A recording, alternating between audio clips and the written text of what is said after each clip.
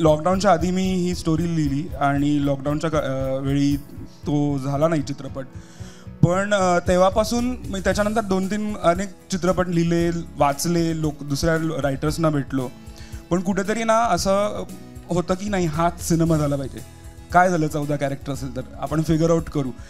परत दुसरा असा प्रॉब्लेम होता की स्टोरी सिम्पल आहे पण त्याची ट्रीटमेंट मला माहिती होती, माझ्या डोक्यात होती. आता ती लोकांपर्यंत पोहोचवायची होती की ते कसं पोहोचवायचं. कारण का जेव्हा आम्ही प्रोड्युसरकडे गेलो ते बोलले की छान आहे, तुझ्या माझ्या घरची गोष्ट आहे, ह्याच्यात वेगळं काय आहे. आता माझ्या नावावरती काही चित्रपट नसल्यामुळे ते वेगळं कसं करायचं ह्याच्यामध्ये मोठं चॅलेंज होतं. आणि मी आय थिंक सगळ्यांना हेच सांगेन की ॲज अ फिल्म मेकर ना तुम्हाला आतनं एक आवाज येतो, 100% येतो.